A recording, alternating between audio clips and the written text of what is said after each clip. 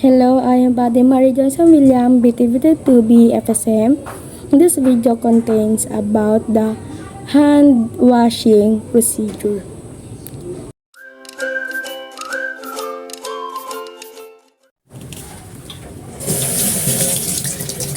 Wash your hands, wet, get soap, scrub, rinse and dry.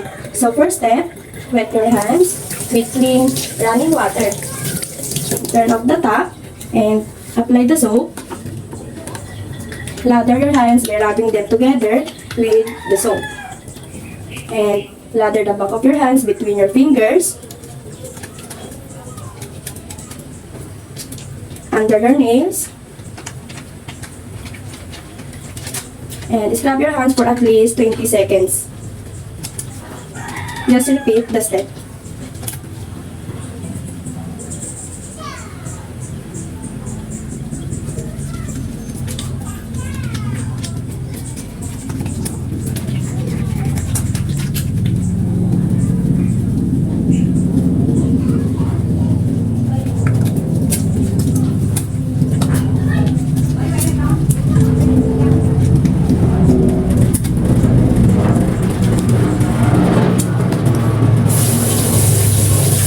Then wash your hands, rinse,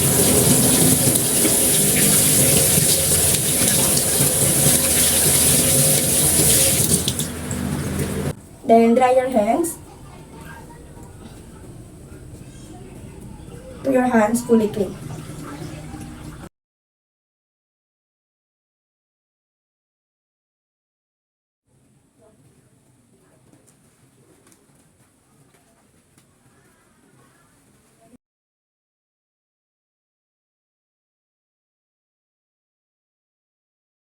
Why we should use or wear a PPE, especially the food handlers, because it helps in protecting customers along with the workers. There is a food contamination, allergic reactions, and foodborne illness are reduced among the food customers and consumers if the workers wear PPE on a regular basis.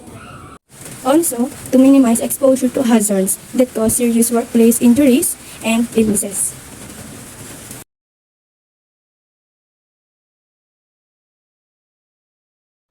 So now, let's tackle about the do's and don'ts about the personal hygiene practices of food handlers.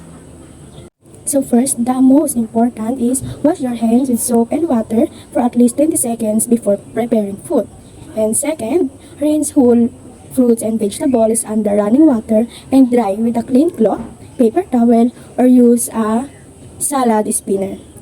And the third is wash utensils that have touched and cooked meat, poultry, seafood, eggs, or flour before using them with any food that will be eaten raw.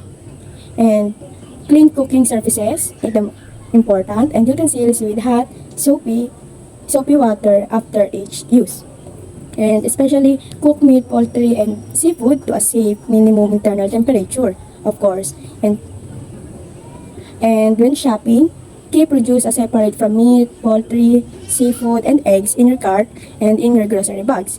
And be aware of foods that are higher risk than others. Example are the rare burgers, undercooked eggs, unpasteurized milk and cheese, unpasteurized juices, and the ciders. And make safe choices when selecting for serving foods to those that are more at risk for foodborne illnesses such as children, the elderly, and pregnant women, and the immune compromised. And the last is place meat, poultry, seafood, and eggs in plastic bags at the grocery checkout. And wash your reusable grocery bags frequently. And now let's discuss the don'ts when we are food handlers or we are already preparing food.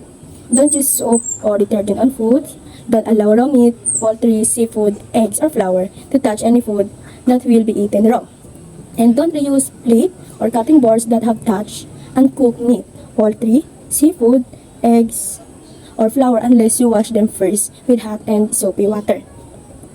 And don't serve cooked meat, poultry, or seafood without checking the temperature. And don't allow food to cool before refrigerating, and don't let food sit out at a room temperature for more than 2 hours or for 1 hour in air temperature above 90 degrees Fahrenheit. And also don't place raw meat, poultry, or seafood on the upper shelves of the refrigerator where they can drip onto other foods. And when shopping, don't choose meat, poultry, or seafood in damaged or leaking packages. And don't remove from the carton or keep them on the refrigerator door when storing at home. And that's all for the don'ts and do's when we are the food handlers. We believe that refuse if the seal is broken.